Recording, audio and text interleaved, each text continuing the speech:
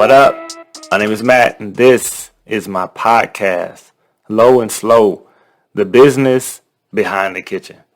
So right now you're probably asking yourself, who is this guy? Right? Like, who is this guy that's talking to me, that's pretending to know all things about the restaurant industry? Well, first of all, I'm not pretending to know all things about the restaurant industry. I never said that.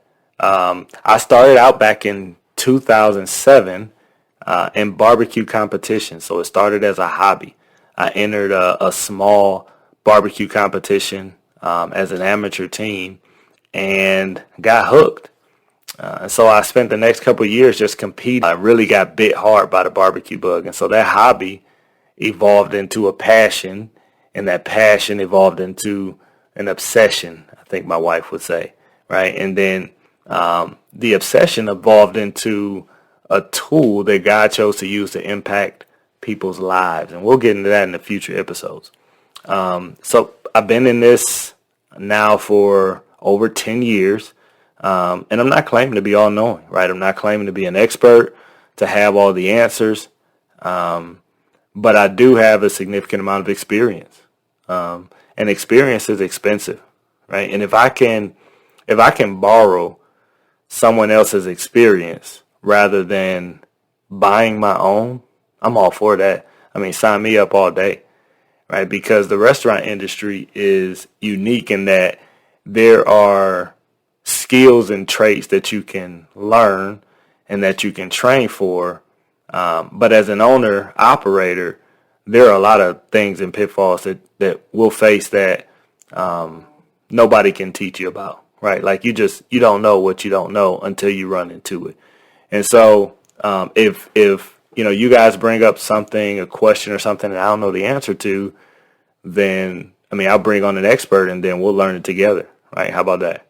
So feel free to subscribe, share this with somebody you know who might benefit from it.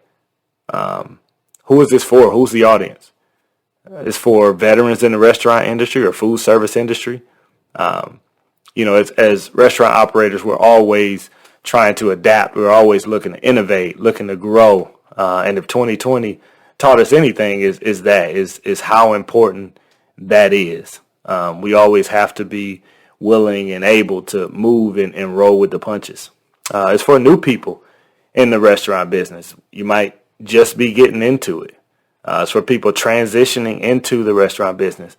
Maybe you're coming from a different career. Maybe you are stepping up. Maybe you're moving from a catering operation to a food truck, or food truck to a brick and mortar, or maybe going straight from the kitchen to a brick and mortar. This show's for you. Maybe it's for aspiring restaurateurs. So maybe you're a home cook or a chef in the kitchen. You got a killer recipe. You've done your market test, and you want to get into the restaurant business. This is for you. So looking for comments, both on our YouTube page, Just Cumin Barbecue. We're at Just Cumin BBQ on all social media platforms. So send us questions, comments, whatever. We're always looking to answer questions. We'll answer questions at the end of this show and probably every show. But we'll talk about everything from A to Z in the restaurant industry, right? As my grandmother used to say, from the rooter to the tutor, right? So let's get after it.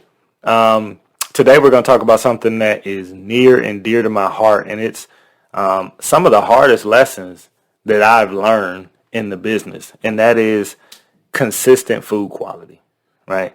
It is a term that gets thrown around pretty loosely in the business, probably because it's so important to the consumer.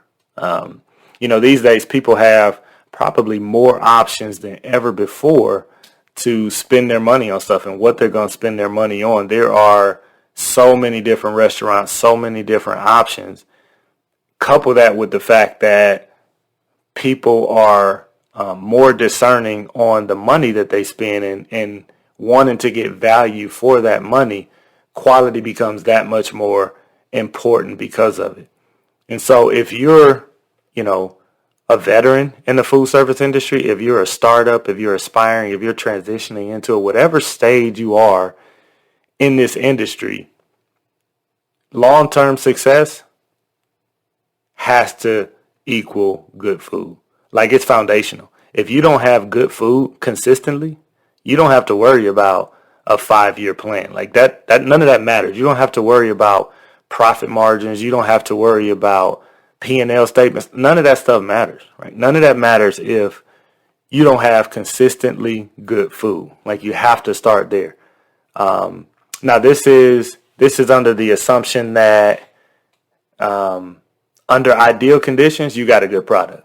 So everything that I'm going to talk about, I can't help you if your food is just not good, right? Like, from the start, if it's just not a good product, right? This is the assumption that under ideal conditions, meaning that if you're just cooking for 1 or 2 people in an ideal environment, that you have a good food, that you've done the market test, that you've made sure that people will pay money for the food that you're cooking. Right? So I'm not talking about people who just are just out there cooking nasty stuff. Like, I can't help that, right? But under ideal conditions, you have a good product.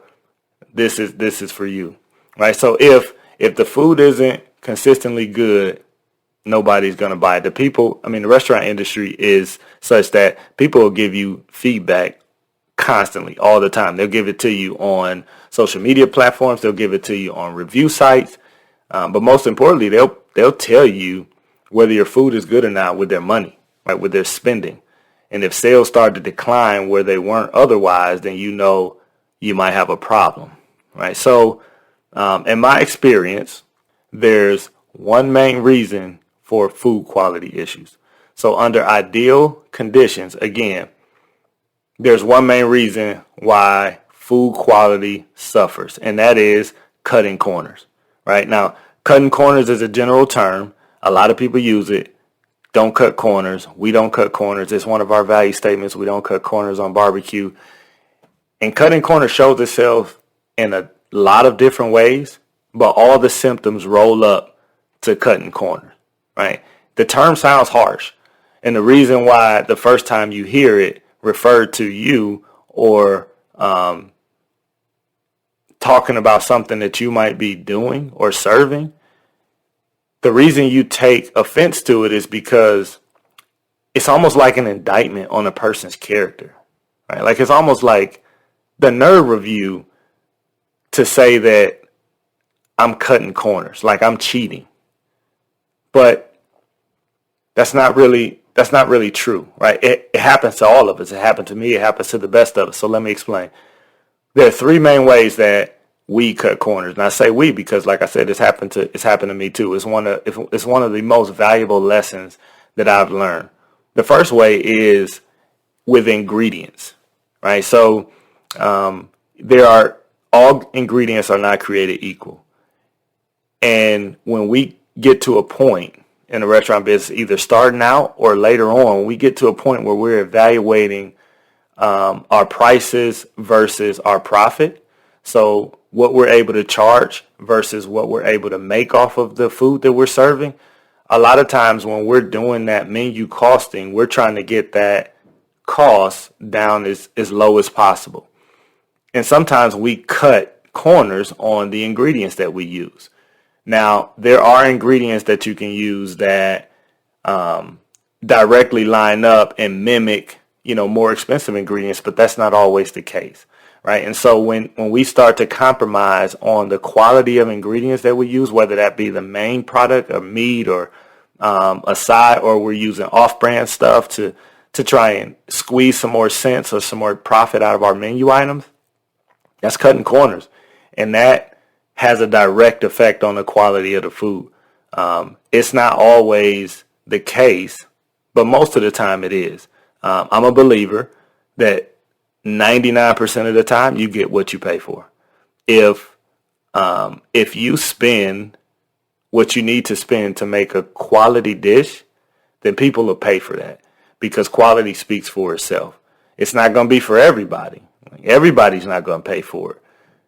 But the people that you're trying to serve, your target audience will pay for quality, right? If that's something that you want to be known for, then we can't compromise on those ingredients. So ingredients is one way that we cut corners. And again, I've done it. I've let my marketing reps talk me into trying this newfangled off-brand product that, they might make more money on, but is different from what I typically use, or I can save some money if I do this instead of doing this, right? So there's constant pressure to change your menu, but as an operator, as an owner, as someone in the food service business, you have to understand the correlation between, if I compromise on my ingredients, what is that going to do to my quality? And the quality always has to be at the forefront of your mind. Like, we always have to be thinking about it. So that's one way. The second way that we cut corners is with our process.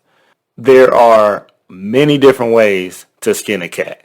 When we develop our processes for making food, creating a dish, when we start to cut corners on that process and do the things that are easiest for us instead of doing things that are best for the dish or best for the end result, then the quality goes down right away. Right? We have a saying in a restaurant that we start with what's best for the guests and work backwards from there. So most of the time when we're making food, it's inconvenient for us. Our process is not convenient for us. A lot of times it takes longer. It might be a little bit higher labor on some dishes. It's a greater risk of waste. Whatever the case may be, if the end result is the best end result you can get, you have to develop a process that leads to that end result every single time. If you say, for example, if you say, I make mac and cheese in batches of 5 pans, and my 5 pans of mac and cheese is the best mac and cheese that anyone has ever eaten, but I have to make that 5-pan batch of mac and cheese 3 times a day. We've gotten so busy, I have to make it 3 times a day. So what you do is, instead of making that 5-pan batch of mac and cheese 3 times a day, you start making 1 batch of mac and cheese for 15 pans 1 time a day. And then you start making 1 batch of 30-pan mac and cheese every other day, right? So you start to shorten the process, you start to change the process so that it's more convenient for you, not really keeping in mind what it's going to do to the end result. Again, quality has to be at the forefront of all of our decision makings when it comes to ingredients and when it comes to process. Right? When we change the process, I don't know that we always understand that, again, there's a direct correlation to the end result, right? And quality suffers. And a lot of times it's subtle, and we don't always taste every single thing we're making, especially if you're going through high volume. You don't always taste everything that's coming out of the kitchen. And so how many of that bad product went out to the masses before you even caught it? How many people didn't say something before the one person complained about your mac and cheese is different, right? So we have to keep in mind that the process matters. And the process leads to the consistency and the quality that we're looking for. Okay, so that's the second way. The third way that we cut corners, and again, I say we because I've been there too. I've done all of these, right? I've cut corners on ingredients. I've tried to change my ingredients on different things to try and squeeze more profit out of it. I have changed the process to make it easier on me or easier on the team, maybe because either I was tired or lazy or somebody was complaining and I just kind of acquiesced to it and just said, hey, okay, I hear you. Let's come up with a solution, right? And once I put the feelings and solutions of other people and convenience ahead of quality, it doesn't work. It never works. It never works. Okay. And so, but the third way that we cut corners is the owner operator stepping away too soon. Okay, this is a big one.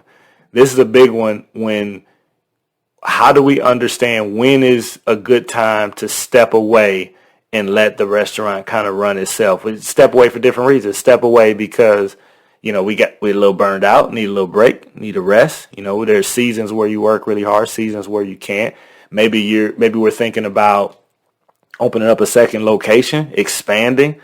And so we think we can step away, or maybe we just, need to work on different areas of the business. We need to, there are administrative stuff that we have let fall to the wayside that we really need to focus on. So we step out of the kitchen and step out of, maintaining the quality and go do that thing, right? But stepping away too fast, again, stepping away too fast without the right people and the right process in place has a direct effect on quality, because nobody's going to watch your thing like you are. Nobody's going to pay attention like you are. Nobody's going to be on top of it like you are. Somebody used this analogy in the past that I heard and I really like, and I've been paying attention to it ever since. Has anybody ever in the history of life taken a rental car to the car wash? And the answer is no. And because I heard that, I've even been tempted to take a rental car to the car wash. And every time I go to turn in or go that way, it's like I can't even do it. It's like a force field keeping me from driving into the car wash with a rental car. And I know better, but I can't do it, right? Because it's not mine. I don't own it. So I don't care that much. I know that sounds harsh and it sounds like, a jerk thing to say, but when it gets down to it, bare knuckles, brass tacks, whatever you say, we don't care that much. And nobody's going to care about your thing like you do, right? There are people who are going to get close to caring about it like you do, but nobody's going to care about it like you do. And so we can't step away from that too fast. So my story is, we started at a single location, and that location was doing really well. Didn't have much debt, had really low overhead, and it was kind of running itself. Now it was running itself because it wasn't very complicated. It wasn't a lot to it, and I wasn't spending a lot of time there.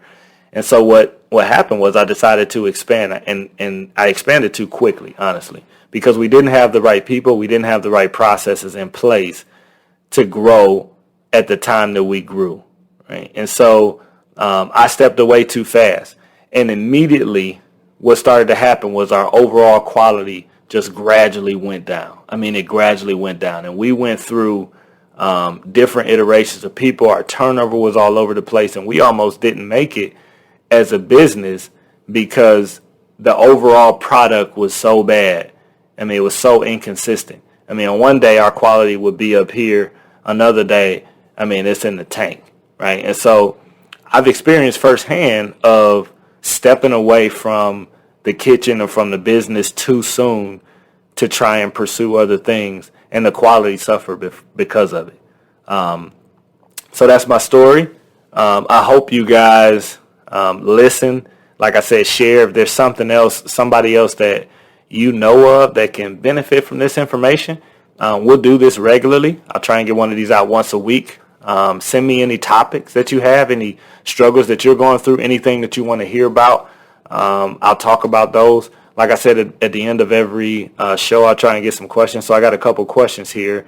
The first one is from Tate Christopher. His social media handle is at tchris135. He says, have you guys ever thought about branching out? And if so, what's the ideal place? And then he asks, have we ever thought about moving outside of barbecue to another food? Which I think is a really good question. So like I just said, we've branched out before, and it was too soon. And so what we did was we pruned, right? The idea of cutting off good to make way for great. So we did shut down one of our restaurants in 2019, and the restaurant's doing a lot better now. And so our processes and our people are in a lot better place than they were at that time as well. So yes, we have. Short answer is we are constantly thinking about expanding and what does that look like and what do we need to do. There's a book that I like, 7 Habits of Highly Effective People, and one of the principles of that is to begin with the end in mind. And so if our ending is growing, then we got to work backwards from there and figure out, well, what do we need to do? How do we need to position ourselves to be able to make that step successfully? So yes, is a short answer. Ideal place, I won't say that. Cincinnati's a big little city, and so it's highly competitive. And so I don't want to give away any competitive edge on like neighborhoods and stuff that we're looking at or thinking about. And then I have not thought about moving outside of barbecue. I'm a believer in not trying to be all things to all people. Just do what you do and do it well. So right now, barbecue is a tool that we use, right, to impact people's lives. And I think we do it pretty well. And so once we start trying to step outside of that, things can get a little hanky, right? So I don't want to try and do something just to make money or what's the next big thing. So I stick to what I'm pretty much obsessed about. So that's a good question. Thanks, Tate. I appreciate it. And then we have another question from Nathan Chase. His Instagram handle is @thehomie_Nate. I love that Instagram handle, by the way. Nate asked a pretty loaded question. He asked about competition barbecue. He says, is it contradictory to the fundamentals that barbecue was started on? Is it wasteful? Is it good because it promotes certain restaurants' brands? What else is beneficial about it, and do we partake? So, Nate, that's a loaded question. I don't think competition barbecue is contradictory to the fundamentals of what barbecue was started on. I think it's pretty much the fundamentals of what barbecue was started on. A lot of restaurants are contradictory to those fundamentals, but the whole thinking behind competition is cooking barbecue in the most traditional sense of low and slow as possible, with no gas assist, with a little bit of electricity, cooking all night. The four meat, if you're Kansas City Barbecue Society, but the four meat categories that are traditionally known as barbecue meats, so pork, brisket, ribs, and chicken. So competition barbecue is really in line with the fundamentals of barbecue. It is very wasteful. I mean, very wasteful. That is a thing. You might cook 3-4 brisket just to turn in 6 portions, or 16 slabs of ribs just to turn in 6 4-bone portions, right? So it is very wasteful. I do agree with that. But at most barbecue competitions, you'll see after the turn-ins, either people are selling or giving away samples. So if you're ever going to a barbecue festival, it's probably a good idea to find the teams around 12 o'clock on Saturday when they've already turned in their last boxes, and people are looking to give away all that food, because it's a lot of food that doesn't go to the judges, and they got to find something to do with. Competitions do promote brands. We started as a competition team. It is beneficial to some people. For us, it wasn't. We did competitions a little bit after I opened a restaurant. I opened a restaurant in 2011. And so maybe for that first 2 years, we were still doing competitions. But at some point, for us in our business, I felt like I had to make the choice of whether I'm going to be a competition team or whether I'm going to be a restaurant. Because when you do competitions, you're taking resources away from the restaurant. We had to take a smoker away. We're taking people away. We're taking me away. We're taking resources, tangible resources that the restaurant needs to operate away from the restaurant. And as the restaurant grew and got more busy, the weekends in the restaurant business are really where you make your money. And so spending weekends away doing competitions was really contradictory to what we were trying to do in our success. And so we don't do competitions anymore. It was good to start. It was good to start in competitions, because you also asked what else is beneficial about them. Well, for us, competitions were a way to hone our craft, right? So all those years of us competing was week in and week out feedback of what we were doing right, what we were doing wrong. So it was really like real life training on our sauces, our rubs, our recipes, our techniques. And so it was a way for me to really just kind of hone what it is that I wanted to do. And without competitions, I wouldn't be where I am right now. I wouldn't have the knowledge that I have right now. I wouldn't have met the people that I've met. The barbecue community is so close knit, and so just being able to interact and know those guys and talk shop outside of the restaurant business is really, really key and important. So comment, subscribe, send it off to other people. This is something that we'll do every week. I'm super excited about it. It's an outlet that I've wanted to have for a long time. I'll see you next week. Peace.